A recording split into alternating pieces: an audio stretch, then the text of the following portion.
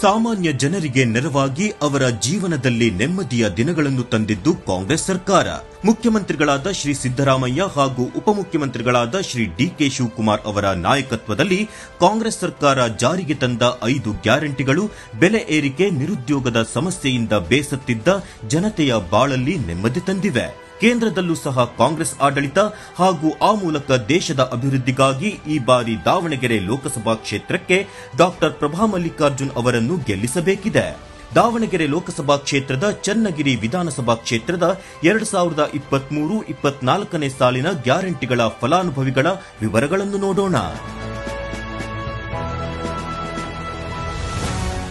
ಗೃಹಲಕ್ಷ್ಮಿ ಯೋಜನೆಯಡಿ 74,452 ಫಲಾನುಭವಿಗಳಿಗೆ ಪ್ರತಿ ತಿಂಗಳು ತಲಾ 2,000 ರೂಪಾಯಿನಂತೆ ಒಟ್ಟು 115 ಕೋಟಿ 7 ಲಕ್ಷ ರೂಪಾಯಿಗಳನ್ನು ವಿತರಿಸಲಾಗಿದೆ.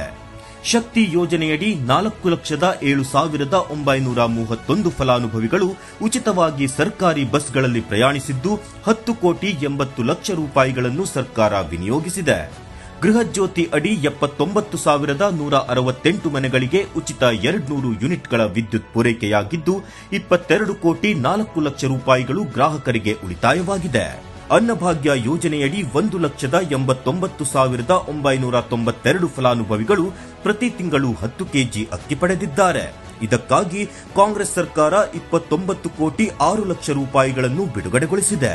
ಯುವ ನಿಧಿ ಯೋಜನೆಯು 893 ವಿದ್ಯಾವಂತ ಯುವಕ ಯುವತಿಯರಿಗೆ ಅನುಕೂಲ ಮಾಡಿದ್ದು 22,39,000 ರೂಪಾಯಿಗಳನ್ನು ವಿತರಿಸಲಾಗಿದೆ.